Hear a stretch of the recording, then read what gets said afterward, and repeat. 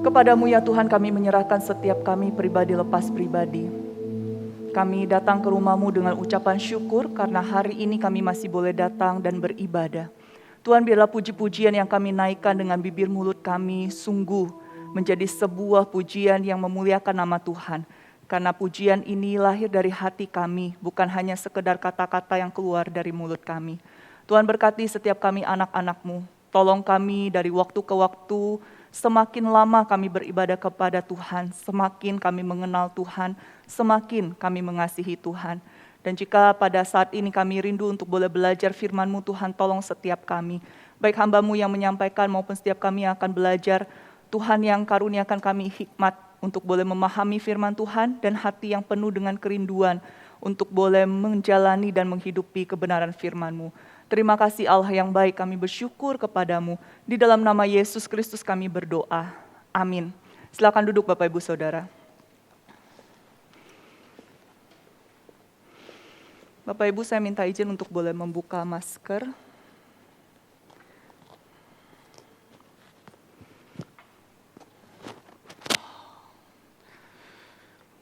Selamat pagi Bapak Ibu Saudara yang terkasih dalam Tuhan. Shalom Saudara. Ini kok pada lemes, belum makan kah? Atau belum ngopi? Tadi pagi saya belum ngopi, KU1 saya lemes Saudara. Mungkin Saudara juga butuh kopi ya. Bapak Ibu Saudara bersyukur kalau pagi hari ini kita boleh kembali beribadah di rumah Tuhan. Hanya karena kasih karunia-Nya lah kita masih boleh datang. Ada orang yang punya kesehatan, punya waktu, tapi mungkin tidak punya kesempatan untuk datang. Ada orang yang punya waktu, pengen datang, tapi nggak punya kesempatan karena kesehatan. Saudara, kita bersyukur kalau kita hari ini masih boleh beribadah kepada Tuhan. Bapak Ibu Saudara yang terkasih di dalam Tuhan, hari ini sesuai dengan tema yang diberikan oleh majelis kepada saya, kita akan bersama-sama membicarakan atau merenungkan satu tema, yaitu Be a Faithful Disciple, menjadi murid yang setia. Mari saja kita membuka di dalam Kisah Para Rasul, pasal yang ke-20 ayat 17 sampai ayat yang ke-24. Kisah Para Rasul pasal 20 ayat 17 sampai yang ke-24, saya akan membacakan bagi Bapak Ibu Saudara sekalian. Mari kita boleh memperhatikan Alkitab kita masing-masing. Kisah Para Rasul pasal 20 ayat 17 sampai 24, demikian firman Tuhan. Karena itu, maksudnya di sini adalah Paulus Saudara, karena itu ia menyuruh seorang dari Miletus ke Efesus dengan pesan supaya para penatua jemaat datang ke Miletus. Sesudah mereka datang, berkatalah ia kepada mereka, kamu tahu bahwa aku hidup di antara kamu sejak hari pertama aku tiba di Asia ini. Dengan segala rendah hati aku melayani Tuhan. Dalam pelayanan itu aku banyak mencucurkan air mata dan banyak mengalami pencobaan dari pihak orang Yahudi yang mau membunuh aku. Sungguh pun demikian, aku tidak pernah melalaikan apa yang berguna bagi kamu. Semua aku beritakan dan kuajarkan kepada kamu, baik di muka umum maupun dalam perkumpulan-perkumpulan di rumah kamu. Aku senantiasa bersaksi kepada orang-orang Yahudi dan orang-orang Yunani, supaya mereka bertobat kepada Allah dan percaya kepada Tuhan kita Yesus Kristus. Tetapi sekarang, sebagai tawanan roh aku pergi ke Yerusalem dan aku tidak tahu apa yang akan terjadi atas diriku di situ. Selain daripada yang dinyatakan Roh Kudus dari kota ke kota kepadaku bahwa penjara dan sengsara menunggu aku. Tetapi aku tidak menghiraukan nyawaku sedikit pun, asal saja aku dapat mencapai garis akhir dan menyelesaikan pelayanan yang ditugaskan oleh Tuhan Yesus kepadaku untuk memberi kesaksian tentang Injil kasih karunia Allah. Sampai sedemikian jauh pembacaan firman Tuhan. Berbahagialah setiap kita yang bukan hanya membaca, merenungkan, tapi juga menghidupinya. Bapak Ibu Saudara yang terkasih di dalam Tuhan, kalau kita memperhatikan pergerakan dan perubahan dunia zaman sekarang, maksudnya kita ini, saya menyamakan generasi milenial ke atas ya saudara ya, yang generasi apa itu di bawah kita, Z, Alpha, ya nggak termasuk kita saudara ya. Kita mungkin akan geleng-geleng kepala dan terbengong-bengong dengan semua perubahan yang terjadi. Saudara, saya tidak berbicara tentang kecanggihan teknologi yang ada. Itu memang mungkin membuat kita takjub. Tapi kalau kita melihat dan membaca, menonton isi dari media sosial, ataupun mendengar podcast di YouTube misalnya saudara, atau melihat tayangan-tayangan film di layanan streaming, kita akan mendapati dunia kita berubah dengan begitu dahsyatnya. Nilai-nilai hidup yang diajarkan oleh dunia begitu bobrok, saudara. Saudara, beberapa fenomena yang saya dapati ketika mendengar, melihat begitu ya dunia lewat media sosial. Saudara tahu dengan istilah ini, FWB, saudara, Friends with Benefit. Ini bukan bicara tentang kita cari teman, partner usaha yang bisa mendatangkan keuntungan, saudara ya, bukan. Walaupun artinya sama, teman dengan keuntungan, ya terjemahan bebasnya. Tapi FWB ini adalah sebuah istilah, sebuah tren. Kalau di Amerika, saudara, tren ini bukanlah tren yang baru. Tren ini sudah mulai meledak sejak kemunculan film yang berjudul sama, Friends with Benefit, di tahun 2011. Namun belakangan mulai menjadi tren di Indonesia. Saudara kalau nanti sempat lihat ya di YouTube, saudara cari aja FWB atau Friends with Benefit, saudara akan mendapatkan perbincangan tentang hal ini. Saudara, apa itu FWB? FWB ini adalah sebuah istilah yang biasa digunakan untuk menyebut hubungan yang bersifat seksual tanpa ikatan. Hal ini biasanya dilakukan oleh orang-orang yang tidak tertarik pada hubungan yang serius atau tidak punya waktu untuk menjalin hubungan yang serius. Jadi intinya mereka tidak mau terikat, nggak mau disebut pacaran. Temenan oke, tapi kita temenan dengan keuntungan begitu ya, makanya disebut friends with benefit. Saudara, ini tidak jauh dari kita. Mungkin betul tren ini mulai berkembang di kota-kota besar. Mungkin di Solo belum ada. Mungkin saudara ya, karena saya tidak tahu. Tapi anak-anak kita, termasuk kita sendiri, bisa mengakses, mengetahui hal ini. Kalau setiap saat begitu ya. Saudara bayangkan anak-anak kita dicekoki dengan hal ini. Apa yang mereka pikirkan tentang sebuah relasi. Belum lagi kalau ini ada yang namanya open relationship. Saudara tahu tentang hal ini? Jadi ini adalah bicara tentang pasangan, entahkah suami istri, entahkah pacaran begitu ya. Masing-masing ini punya kebebasan untuk mencari orang lain di mana mereka bisa memiliki hubungan seksual ataupun romantis. Tapi ini sifatnya nggak ada komitmen, saudara ya. Jadi masing-masing, anggap aja lah nih kita bicara soal pasangan suami dan istri punya kebebasan untuk mencari orang lain, memenuhi hasrat mereka. Tapi open relationship ini biasanya mereka punya aturan, nggak boleh saling membicarakan dan nggak boleh punya hubungan dalam jangka waktu lama begitu. Itu sebuah kesepakatan. Ini open relationship, saudara. Ada berbagai macam bentuk dari open relationship ini. Nah, yang paling baru yang bikin saya lebih geleng-geleng kepala lagi adalah poliamori, saudara. Tahu istilah ini? Beda dengan poligami ya, saudara ya. Poliamori ini adalah bicara tentang pasangan yang mereka sepakat untuk memasukkan orang lain, jadi bukan cuma mereka berdua ya, suami istri, tapi memasukkan orang ketiga lah atau orang keempat ke dalam hubungan mereka yang masing-masing punya kesetaraan. Jadi bagi mereka, orang yang menganut poliamori ini adalah mereka tuh bisa mencintai lebih dari satu orang dalam waktu yang bersamaan. Bukan cinta kakak adik orang tua anak, bukan saudara, tapi cinta pasangan. Entahkah itu kepada lawan jenis atau sesama jenis. Dan ini berdasarkan kesepakatan di antara pasangan yang tadi itu. Saudara, ini dunia kita. Ini dunia kita. Mungkin bagi kita, itu jauh. Enggak saudara, itu enggak jauh. Seperti yang tadi saya katakan di awal, hal-hal seperti ini nih makin ke sini terlihat dan terasa semakin lumrah. Karena mulai banyak dimasukkan ke dalam film-film, ke dalam game juga ada, saudara. Itu konsumsi anak-anak kita, bukan? Itu nilai-nilai hidup yang diajarkan kepada anak-anak kita. Dan saya tahu juga bukan hanya generasi Z, generasi Alpha begitu ya, generasi saya milenial ke atas pun ada yang mulai punya pikiran seperti ini tentang sebuah relasi. Cinta itu tidak boleh dibatasi. Relasi itu tidak butuh komitmen. apalagi yang namanya kesetiaan.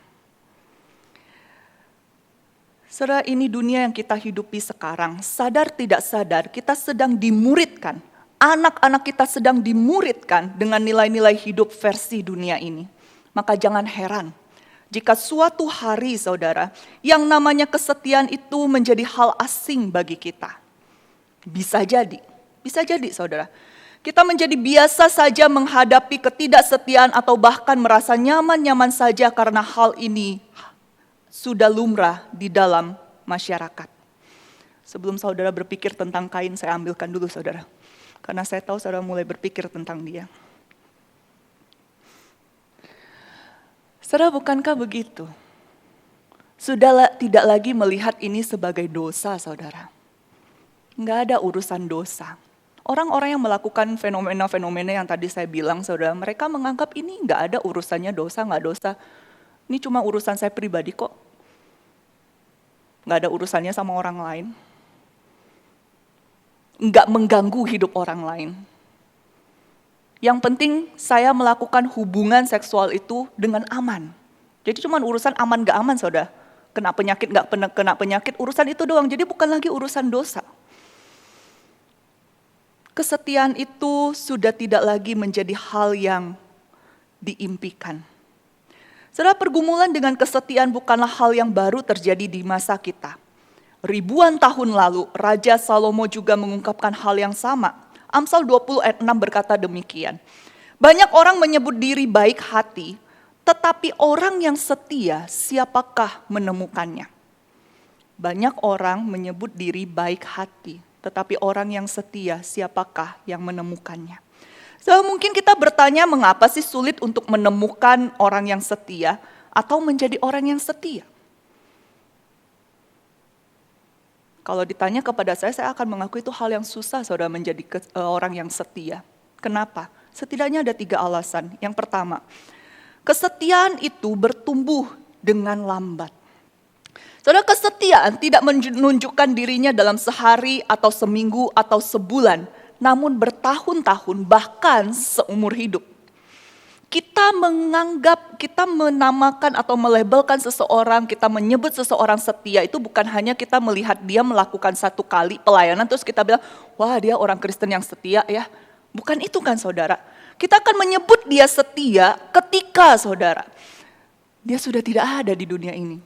Maka kita akan mulai mengingat-ingat, oh si A itu dari sejak mudanya sampai dia meninggal dia begitu setia. Itu kesetiaan saudara. Itu adalah sebuah karakter yang ditumbuhkan seumur hidup kita. Kalau mau dibilang ini kelas baru lulusnya waktu kita dipanggil Tuhan. Susah saudara, susah. Yang kedua, kesetiaan itu membutuhkan kerja keras. Enggak ada cara instan saudara. Walaupun kita hidup di tengah dunia yang semuanya serba instan sekarang ya. Makanan instan, mau pacar instan pun ada saudara. Di Jepang katanya ada persewaan pacar saudara ya. Kalau saudara lagi pengen banget punya pacar, susah cari pacar, mungkin ke Jepang sana, sewa pacar instan untuk 1 hari ya. Tapi namanya kesetiaan gak ada yang instan, butuh kerja keras. Dan ini tidak menyenangkan. Yang ketiga saudara, kesetiaan seringkali tidak mendapatkan apresiasi. Kapan sih seseorang dipuji sebagai orang yang setia? Jarang waktu dia hidup. Ya tadi seperti saya bilang, waktu dia sudah tidak ada. Label setia itu disematkan kepada dia. Kesetiaan itu hal yang sangat berharga, tapi memang betul jarang diapresiasi. Karena jarang diapresiasi, seringkali orang merasa, aduh ngapain sih? Saudara, ketiga hal ini membuat orang-orang berpikir bahwa ngapain jadi orang yang setia? Toh gak ada hasilnya, toh gak ada untungnya. Susah setengah mati tapi gak dapat ucapan terima kasih. Susah setengah mati tapi gak dapat apa-apa. Lagian setia tidak setia, bukankah itu urusannya cuman saya sama Tuhan? Urusannya cuman saya sama pasangan saya. Kalaupun yang dapat dampak ya itu cuman ya keluarga saya lah, udah urusan saya pribadi. Gak ada hubungannya sama orang. Apakah betul demikian saudara? Tidak. Ketidaksetiaan itu tidak sesederhana itu.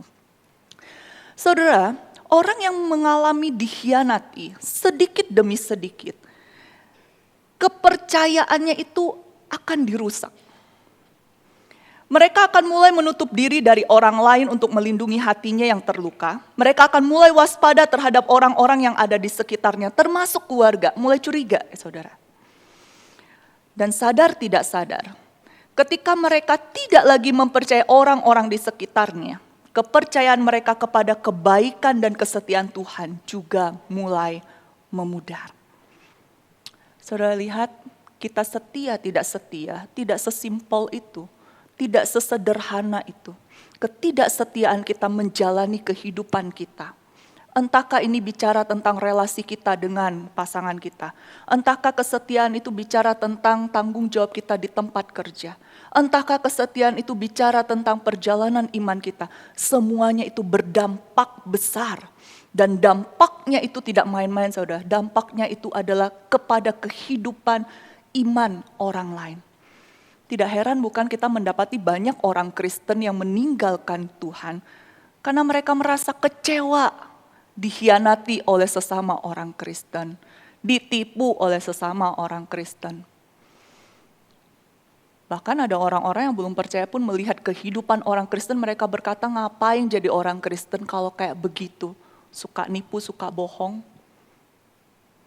tidak setia. Saudara, dampak ketidaksetiaan itu begitu luas dan begitu dalam. Meskipun sekarang dunia terus menggencarkan, mengajarkan kesetiaan itu tidak dibutuhkan, saudara. Namun sesungguhnya dunia kita sedang membutuhkan orang-orang yang setia. Orang-orang yang akan mencerminkan Tuhan yang setia melalui kehidupan mereka. Dan inilah panggilan kita sebagai murid Kristus. Kita adalah gambar dan rupa Allah yang telah dipulihkan melalui karya Kristus di salib. Oleh sebab itu, seharusnya kita menunjukkan karakter Allah melalui kehidupan kita. Salah satunya kesetiaan, saudara. Hari ini kita akan belajar tentang hal ini, tentang apa itu kesetiaan melalui hamba Kristus, murid Kristus, yaitu Rasul Paulus. Di dalam bagian yang sudah saya bacakan tadi bagi setiap kita. Saudara, ini adalah bagian yang mencatat tentang perpisahan atau kata-kata perpisahan yang disampaikan oleh Rasul Paulus kepada para penatua jemaat Efesus. Dari kata-kata ini kita akan melihat apa sih artinya menjadi murid yang setia. Saudara, menjadi murid yang setia itu berarti kita menghidupi iman dengan bertanggung jawab dan konsisten. Di ayat yang ke-20 di situ dikatakan demikian. Sungguh pun demikian, aku tidak pernah melalaikan apa yang berguna bagi kamu. Semua aku beritakan dan kuajarkan kepada kamu, baik di muka umum maupun dalam perkumpulan-perkumpulan di rumah Tuhan. Saudara, Rasul Paulus di dalam bagian ini mengatakan tidak pernah melalaikan, tidak pernah melupakan. Namun di dalam terjemahan bahasa Inggris ada dua terjemahan yang saya beri lihat kepada saudara.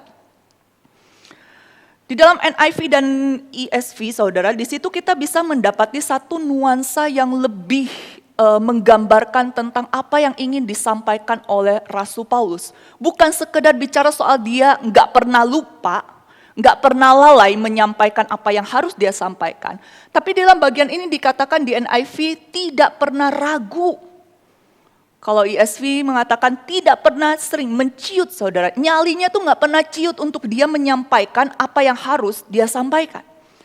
Di ayat sebelumnya, bagian yang pasal 20 ini, saudara, kita mendapati Rasul Paulus dengan jelas menyatakan kepada penatua jemaat Efesus ini, dia katakan, kalian tahu bagaimana aku melayani Tuhan. Dan kalian tahu berapa banyak air mata yang aku cucurkan di dalam pelayanan itu. Dan kalian tahu banyaknya pencobaan yang aku alami karena orang-orang Yahudi, orang sebangsanya yang ingin membunuh dia. Tapi semuanya itu tidak pernah membuat Rasul Paulus melupakan tanggung jawabnya. Tidak pernah membuat Rasul Paulus merasa takut, ciut nyalinya untuk menjalankan tanggung jawabnya. Dan tidak pernah sekalipun Rasul Paulus berkata, Tuhan engkau tahu pencobaan yang aku alami, aku udah ya. Enggak, tapi dia konsisten menjalankan tanggung jawabnya. Rasul Paulus tahu dia dipanggil untuk apa. Rasul Paulus sadar apa yang menjadi tanggung jawabnya. Oleh sebab itu, dimanapun dia berada, dia tetap menyampaikan hal yang sama. Apa yang dia sampaikan? Injil kasih karunia Allah.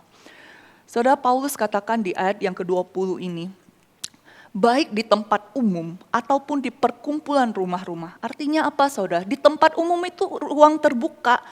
Banyak orang bisa mendengarkan dia, termasuk juga musuh-musuhnya itu mendengarkan dia. Tapi Rasul Paulus tidak pernah melalaikan tanggung jawabnya. Dia beritakan Injil itu dengan konsisten. Termasuk juga sama halnya di tempat yang tertutup, di perkumpulan yang kecil. Rasul Paulus juga menyampaikan Injil kasih karunia Allah. Bapak Ibu yang terkasih di dalam Tuhan, Paulus menunjukkan kesetiaannya dengan bertanggung jawab dan konsisten dalam menjalankan panggilannya. Itu Rasul Paulus. Tuhan Yesus sendiri juga pernah memberikan sebuah perumpamaan di dalam Matius 24 ayat 45 sampai 51 berbicara tentang hamba yang setia.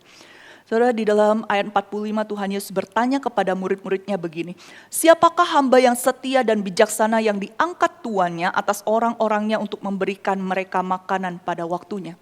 Siapa hamba yang setia itu saudara? Tuhan Yesus katakan hamba yang setia itu adalah hamba yang dengan bertanggung jawab dan konsisten menjalankan tugasnya. Tidak mengkhianati kepercayaan dari tuannya meskipun tuannya belum kembali dalam waktu yang lama. Namun dia tetap menjalankan tugasnya. Hamba ini ketika dipercayakan sebuah tugas, dia melihat itu sebagai sebuah tanggung jawab. Sehingga tidak ada tuannya, cepat atau lambat tuannya pulang, dia tetap dengan setia menjalankan tugasnya itu. Karena itu tanggung jawab saudara. Beda dengan hamba yang ketika diserahin tugas ini dia menganggap itu sebagai sebuah kuasa. Itu sebabnya hamba yang demikian, yang dikatakan hamba yang jahat ini, dia akan berpikir, tuanku gak balik-balik, saatnya aku menggunakan kuasa ini. Mulailah dia menyiksa hamba-hamba yang lain yang berada di bawahnya. Mulailah dia berpesta pora dengan apa yang dipercayakan oleh tuannya. Itu hamba yang jahat saudara. Saudara, kita dipanggil untuk menjadi murid Kristus yang setia. Yang artinya kita menghidupi iman kita dengan bertanggung jawab di hadapan Allah kita. Ketika mempersiapkan khotbah ini, saya merenungkan kehidupan saya, saudara, 3 bulan terakhir ini. Karena bagi saya hidup saya berubah cukup drastis ya. Waktu saya pulang ke sini hampir semua dari saudara yang bertemu dengan saya komentarnya selalu sama. Bukan saya tambah tinggi saudara ya, saya memang sudah tinggi. Tapi komentarnya apa? Kok kelihatan tambah kurus ya? Saudara, betul saya tambah kurus, 3 bulan ini saya turun 5 kilo. Dan sengaja ya, karena saya sedang memang ikut program untuk kesehatan bukan menurunkan berat badan. Jadi di awal tahun saya menemukan ada sedikit masalah dengan kesehatan. Lalu kemudian saya ngobrol dengan adik saya dan dia sangat tahu kalau saya itu ciong dengan dokter. Maaf ya dokter Adi, dokter Magda, bukan saya tidak berteman, bukan. Tapi saya sangat-sangat tidak berteman dengan yang namanya dokter saudara. Maka adik saya pun berkata, ya sudah, ini saya pernah pakai program ini, kamu pakai. Kita lihat nanti. Saya mah sebagai cici iya aja saudara, apalagi dibayarin sama adik saya. Pokoknya ikutlah ya. Saya tidak membayangkan kalau program ini begitu susah saudara. Pola makan saya dirubah, pola tidur saya dirubah, olahraga yang gak pernah olahraga saudara harus olahraga. Yang susah itu pola makan, bukan hanya jam makannya diatur, tapi juga jenis makanannya diatur. Saudara, dari dulu tuh saya gak suka gorengan memang. Tapi entah kenapa ketika ikut program ini, waktu dibilang gak boleh makan gorengan, malah pengen makan gorengan saudara. Itu memang manusia berdosa ya, selalu begitu. Dan itu yang terjadi, seminggu 2 minggu pertama saudara tahu saya setengah mati, harus sarapan kan ya, saya gak pernah sarapan, harus makan ini, gak boleh makan itu. Dan tiap kali itu selalu ada rasanya pengen, udah deh, pengen cheating deh, udah mengabaikan, pokoknya pengen makan ini ya aku makan aja, ngapain sih harus diatur-atur begitu ya. Pengen nyerah rasanya. Tapi kemudian ketika saya pengen nyerah, saya ingat pada mengingatkan kepada diri saya sendiri, saya nggak boleh nyerah. Saya harus bertanggung jawab dan konsisten jalanin program ini. Bukan hanya karena supaya saya sehat, tapi karena saya merasa bertanggung jawab pada adik saya. Karena saya tahu dia bayar ini gak murah saudara, mahal saya tahu. Jadi tiap kali mau nyerah saya ingat adik saya selalu bilang, ingat loh ya ini mahal. Sedikit banyak dia intimidasi saya begitu ya. Saya ingat itu iya. Walaupun saya mikir kalau saya cheating sekali dia juga gak tahu kan. Kan saya gak laporan sama adik saya. Dia tinggal di Jakarta, saya di sini mana dia tahu. Saudara gak kenal adik saya juga, masa ada dari saudara laporan gak ada kan ya. Tapi tiap kali itu saya selalu bilang, nggak bisa, harus bertanggung jawab dan konsisten. Ketika saya ingat ini saudara, saya kemudian bertanya lagi pada diri saya. Kalau terhadap adik saya saja, saya sedemikian merasa bertanggung jawab untuk menyelesaikan program ini sampai akhir nanti. Bagaimana dengan perjalanan iman saya? Bagaimana sikap saya terhadap Kristus? Bagaimana saya hidup bersama dengan Dia? Apakah saya menjadi orang yang bertanggung jawab mengelola hidup yang sudah Tuhan berikan ini? Apakah saya menjadi orang yang bertanggung jawab dan konsisten berjalan bersama dengan Tuhan menghidupi iman ini walaupun begitu banyak tantangan dan kesulitan? Saudara, ketika saya bertanya akan hal ini kepada diri saya harus berkata, ampuni saya Tuhan, ampuni saya. Terhadap adik saya bisa begitu bertanggung jawab. Mungkin salah satunya saudara, saya cuma pikir 6 bulan doang selesai. Tapi kalau perjalanan iman kita ini bicara seumur hidup, yang kita nggak tahu kapan selesainya. Tapi ini panggilan kita saudara. Kristus yang sudah mati di atas kayu salib membayar hutang yang tidak akan pernah bisa saya lunaskan walaupun dengan nyawa saya. Masa sih terhadap Dia, tanggung jawab saya itu tidak lebih besar daripada tanggung jawab saya kepada adik saya? Masa sih terhadap Dia yang sudah memberikan segala-galanya kepada saya tidak mau menjalani dan mengelola apa yang Dia berikan kepada saya dengan bertanggung jawab? Saudara, dalam perjalanan hidup saya, saudara mungkin saudara juga punya sebuah relasi atau hubungan dengan satu rasa tanggung jawab yang begitu besar. Karena saudara merasa punya hutang, entah hutang budi, entah hutang apa begitu ya kepada orang lain. Saudara, bukankah terhadap orang itu kita merasa kita harus respect, kita harus bertanggung jawab? Masa sih kepada Tuhan kita tidak lebih daripada itu? Masa sih kepada Tuhan kita justru lebih bermain-main dan sembarangan dengan hidup kita? Saudara, apakah kita menjalani hidup kita, menghidupi iman kita dengan tanggung jawab dan konsisten? Apa yang saudara lakukan dengan harta kekayaan, waktu, tenaga, dan pikiran saudara? Apakah saudara menggunakannya untuk membuat dunia semakin mengenal Tuhan, atau saudara menggunakannya untuk membuat dunia semakin menyadari eksistensi saudara? Apakah saudara menggunakannya untuk memenuhi amanat agung Tuhan, atau saudara menggunakannya untuk memenuhi ambisi pribadi? Yang kedua saudara, menjadi murid yang setia berarti menghidupi iman sampai akhir sekalipun ada harga yang harus dibayar. Di ayat 22 dan 23 Paulus mengatakan kepada para penatua jemaat Efesus, dia akan pergi ke Yerusalem dan tidak tahu apa yang akan terjadi padanya selain yang dinyatakan oleh Roh. Yaitu apa saudara? Penjara dan sengsara yang menunggunya. Dengan kata lain saudara, Paulus tidak tahu apa yang akan terjadi ketika dia tiba di Yerusalem. Tapi satu hal yang dia tahu pasti, dia akan menderita. Namun saudara, hal ini tidak membuat Paulus menjadi takut dan ciut nyalinya. Justru dia berkata di ayat yang ke-24.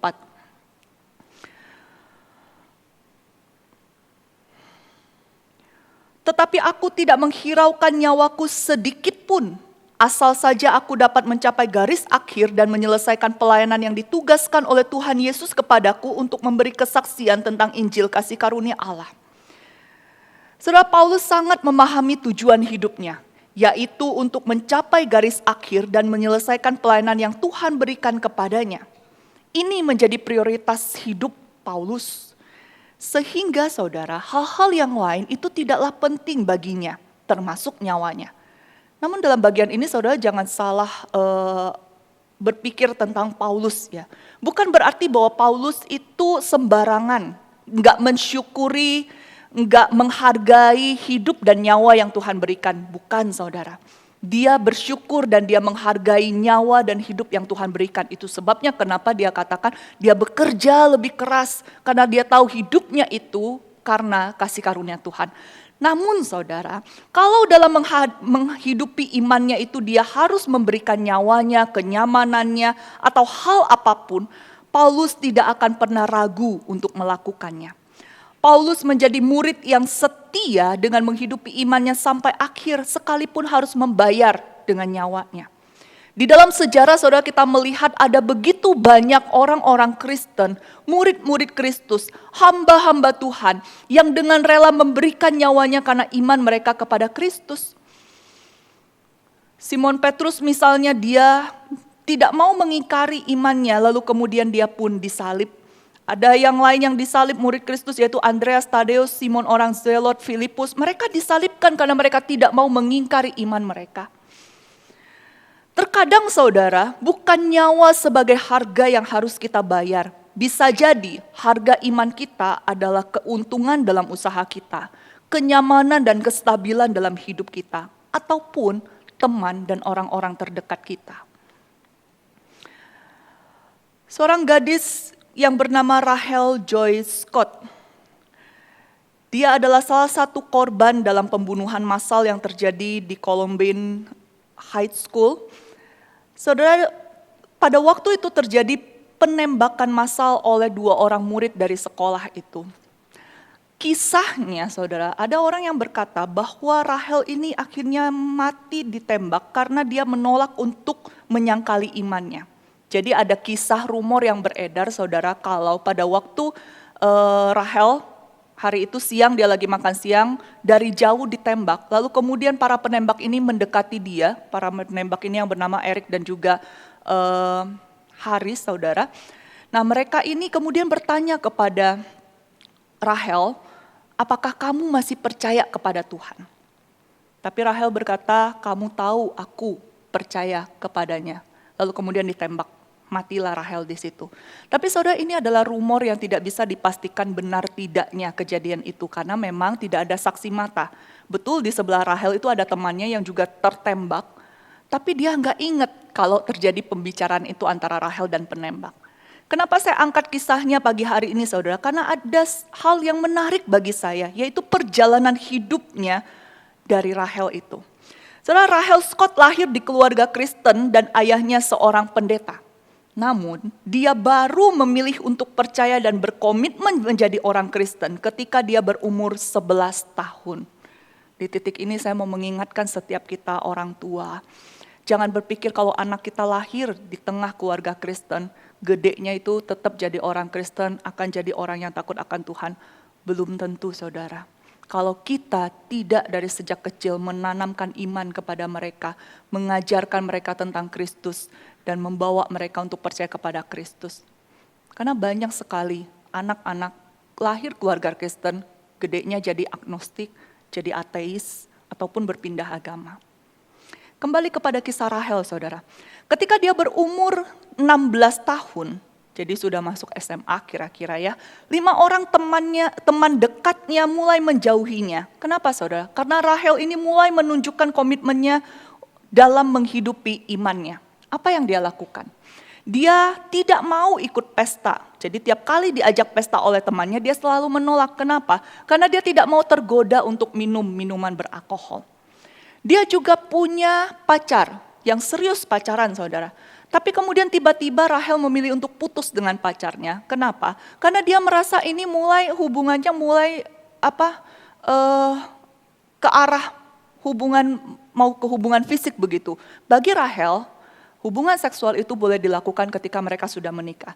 Jadi ketika dia merasa hubungan ini mulai ke arah sana, dia putusin pacarnya, saudara. Bagi orang-orang teman-temannya ini adalah hidup yang aneh ya, yang ekstrim, dan mereka nggak bisa menerima dan mengerti cara hidup dari Rahel. Mulailah mereka menjauhi, bahkan Rahel itu mulai diolok-olok oleh teman-temannya. Semua peristiwa yang dialami oleh dia ini dia tuliskan di dalam surat yang dia kirim kepada saudaranya. Ini yang menarik bagi saya ketika dia tuliskan di dalam suratnya begini, saudara. Sekarang setelah aku mulai melakukan apa yang aku katakan, mereka mengolok-olokku. Aku bahkan tidak tahu apa yang telah kulakukan. Aku bahkan tidak perlu mengatakan apapun dan mereka menolakku. Aku tidak punya teman dekat lagi di sekolah. Tapi kau tahu, itu semua sepadan. Saudara, jangan salah, bagi seorang anak remaja, yang namanya teman, yang namanya penerimaan, itu hal yang paling berharga bagi mereka. Itu sebabnya kan kenapa kita menemukan banyak sekali, maaf begitu ya saya katakan, anak-anak generasi muda itu yang alay-alay, viral begitu. Kenapa? Untuk menunjukkan eksistensi supaya diterima, diakui. Karena itu hal berharga bagi mereka. Nah, ketika Rahel berkata, aku kehilangan teman, aku tidak diterima oleh temanku, aku dijauhi oleh mereka. Tapi kemudian dia berkata, it's worth it. Itu sepadan. Saudara bisa lihat bagaimana bagi Rahel imannya itu sangat berharga. Sehingga apapun harga yang harus dia bayar, dia bayar. Saudara, bagaimana dengan kita? Bagaimana dengan kita? Saya katakan tadi bahwa terkadang Tuhan gak minta nyawa sebagai harga. Terkadang mungkin Tuhan meminta keuntungan dari usaha kita. Terkadang mungkin Tuhan meminta kenyamanan dan kestabilan hidup kita. Terkadang mungkin Tuhan meminta orang-orang terdekat kita. Dan itu harga yang harus dibayar. Kalau kita dihadapkan dengan pilihan-pilihan itu, apa yang akan kita pilih, saudara? Apakah kita akan seperti Rasul Paulus, Rahel Joyce Scott, atau Polikarpus yang dibakar hidup-hidup karena dia tidak mau mengingkari imannya? Apakah kita akan seperti mereka? Saudara, pertanyaan besarnya kan kenapa sih mereka bisa begitu? Hanya satu alasannya, karena Yesus Kristus. Karena Yesus Kristuslah mereka mau melakukan semuanya itu. Saudara, beberapa bulan lalu saya sempat sharing dengan seorang rekan hamba Tuhan begitu ya. Lalu saya katakan begini, kalau saya mengingat perjalanan pelayanan saya mungkin sudah lama akan berhenti dan memilih menjadi orang yang bekerja di dunia, di marketplace begitu. Tapi tiap kali saya memikirkan itu, saya hanya ingat kepada Tuhan Yesus. Kalau bukan karena Tuhan, saya tidak mungkin tetap ada di dalam jalan panggilan ini. Bahkan saudara, beberapa kali saya mempertanyakan iman saya. Saya mempertanyakan apakah betul iman Kristen itu adalah iman yang benar.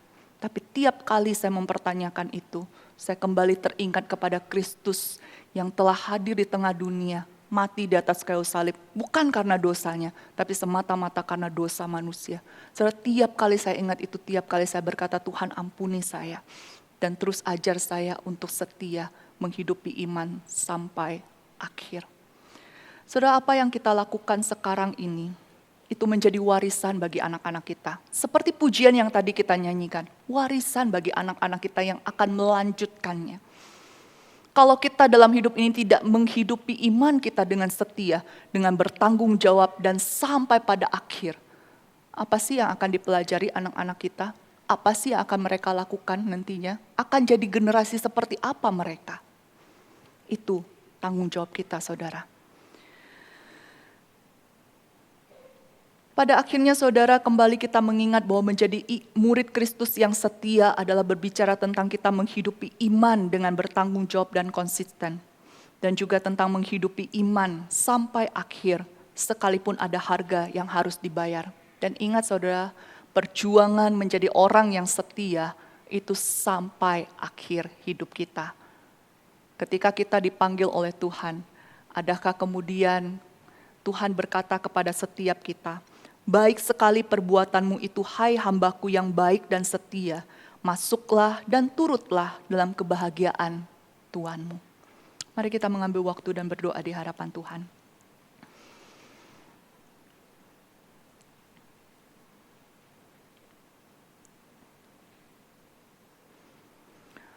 Bapak Ibu Saudara yang terkasih di dalam Tuhan, hanya Tuhan yang tahu bagaimana akhir hidup kita.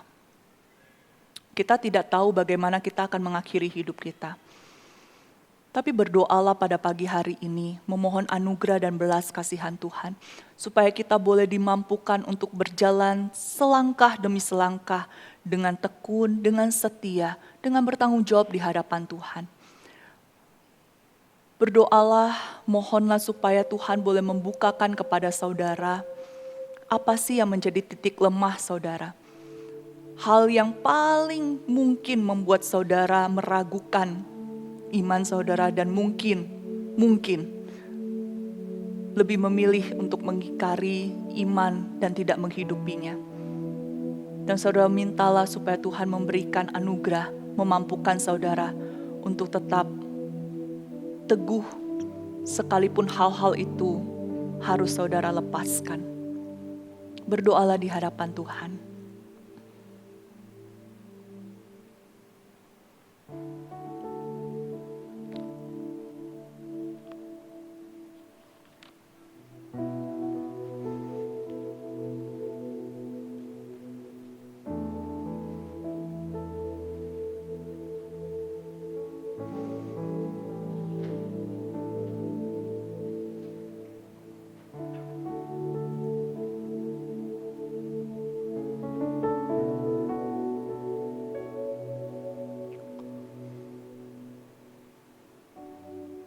Tuhan kami yang baik, hari ini kami datang kepadamu. Tuhan, Engkau yang tahu sampai kedalaman hidup kami, hati kami. Engkau yang tahu apa yang kami pikirkan, Engkau yang tahu apa yang kami takutkan, Engkau yang tahu apa yang menjadi ambisi hidup kami. Engkau tahu apa yang kami kejar di dalam kehidupan ini. Oh Tuhan, jikalau semua itu bertentangan dengan kehendak-Mu, jikalau semuanya itu tidak memuliakan nama-Mu, Tuhan, bukakanlah kepada kami, berikanlah kepekaan kepada kami sehingga kami boleh melihatnya. Dan kami di dalam anugerah Tuhan boleh berjuang untuk melepaskannya.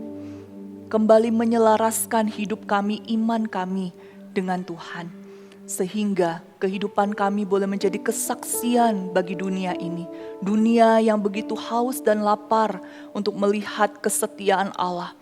Dan biarlah kami orang-orang yang hadir di tengah-tengah dunia boleh menjadi cermin yang menunjukkan Allah yang setia itu, sehingga dunia boleh kembali menaruh pengharapannya, percayanya kepada Tuhan. Terima kasih ya Tuhan. Kami bersyukur kepadamu. Dalam nama Yesus Kristus kami berdoa. Amin.